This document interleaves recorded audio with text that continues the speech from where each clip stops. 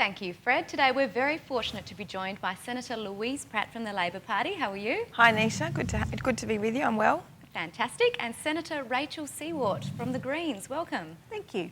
Now, it is certainly an exciting time with an imminent election coming, and there are many topics I'm sure that our audience out there are wanting to hone in on with you guys.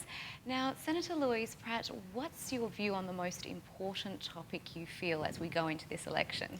Well, the top issue that most people look to when they want to have confidence in the future direction of the nation is the economy. And Australia's travelling quite well, having come through the global financial crisis, off the back of the China resources boom. We've got very low debt, strong employment, good investment growth, but we are moving into more uncertain times as the China investment boom comes down, particularly for states like Western Australia.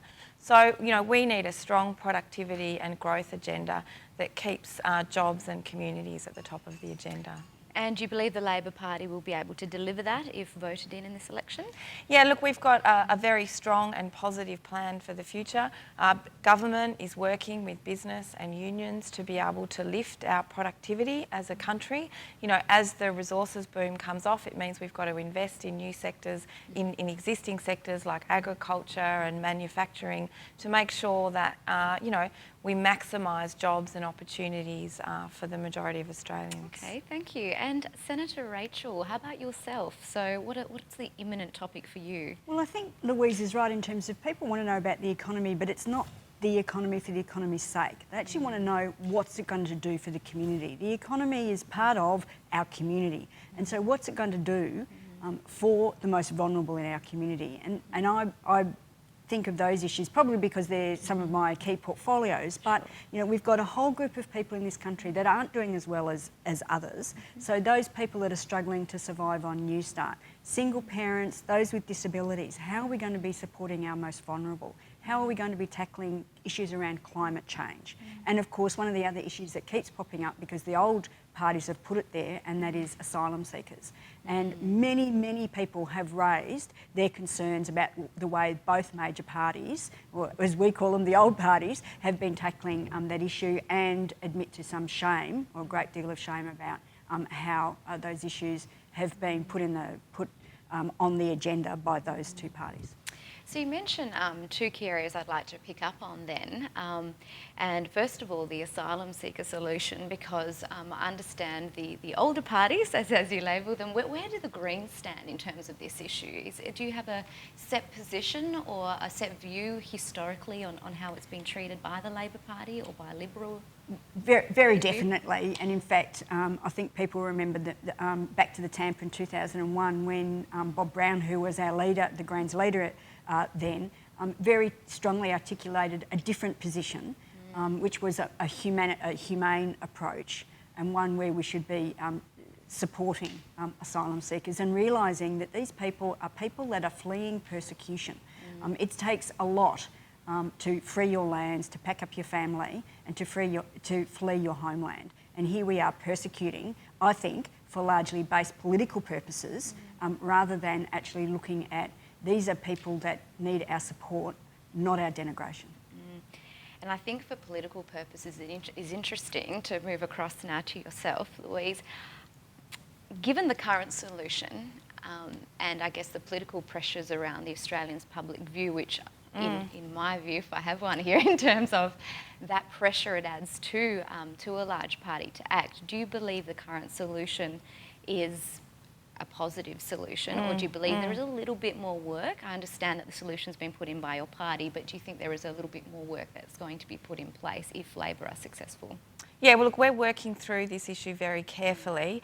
These are very vulnerable people that we're dealing with, and so from that point of view, we've seen a great many people die at sea. So we're really looking for a solution that gives people an outcome in terms of a safe place to seek asylum, but provides that disincentive to being duped by people smugglers who in many instances are sending these people to a death sentence at sea. And Australians are very tired and distressed by seeing that. So, we're looking for a long-term solution that it gives people an outcome in terms of safety, but also prevents them from taking those dangerous sea journeys. Okay.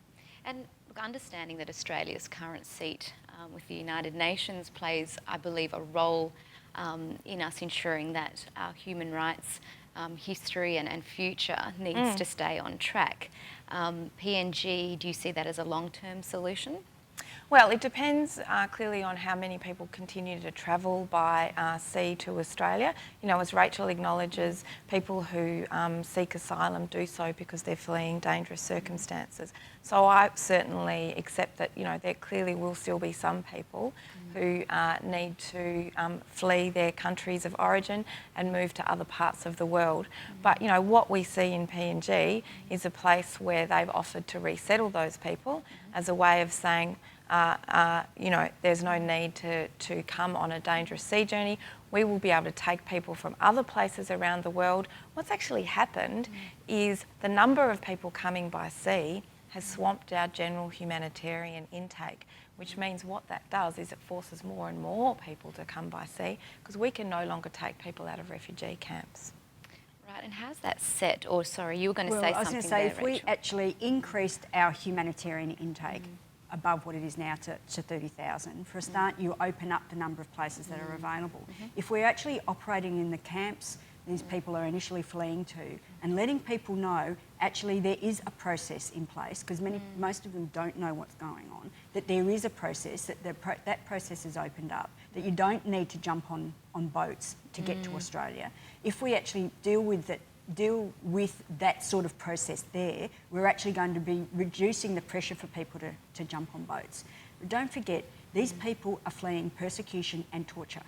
And is what we're saying in Australia, that we are going to make our process even more cruel than that, so we stop you coming. Because that's the only way that you, in fact, are going to stop people, is if we are seen to be even more cruel than what they are fleeing.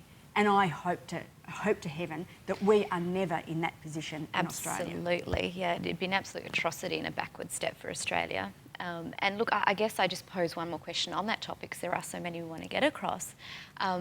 Are the Labor Party at the moment looking at any other approaches to this issue? Because I understand that asylum seekers is not just in isolation an issue that Australia has.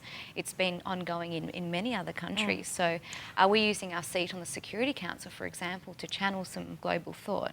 Yeah, look, Australia is very active in the kind of regional solutions that Senator Siewert is actually speaking of. You know, we know that in order to deal with what is a very global problem, we need to work with the international community through the United Nations to deal with the massive flow of refugees right around the world. And that inevitably means it's not just about those kind of unilateral decisions, say, between Australia and PNG. The biggest priority needs to be on that global cooperation that gives people a global network of support when they're fleeing persecution. And hopefully in that case, people will realise that Australia, it gets blown up out of proportion in Australia. The numbers that are coming to Australia are actually quite small when you look at the global scale. Absolutely. Yeah, look, and I feel so positively about both positions of the Greens and the Labor Party on that issue. That's fantastic. Now I want to switch over to another imminent issue, and we mentioned when we were looking at the economy moving forward that we had concerns, or not so much concerns, but a focus on how we're treating people with disability, for example. I'll switch straight to you, Rachel, on the sense that you brought it up. How do you think we're currently tracking, and is there any improvement after this election? Well, let's focus on people with a disability. The Labor government did bring in disability care, or the NDIS, the NDIS, National Disability Insurance Scheme, and it's a scheme that we also strongly supported because it's been a long time coming. I do think that there's issues that we still need to resolve there in terms of the group that are over 65 and that acquire a disability that aren't in NDIS yet and don't really get proper support from aged care. But there's also a group, and the reason I've brought it up is because it's very relevant for today, because in the budget papers that came out yesterday, you'll look at the government trying to save, or it says they're going to save 457 million out of people not getting a disability support pension but being on Newstart. Now these are people with a partial disability that are being not enabled access to disability support pension but put onto Newstart in the hope that they'll find a job.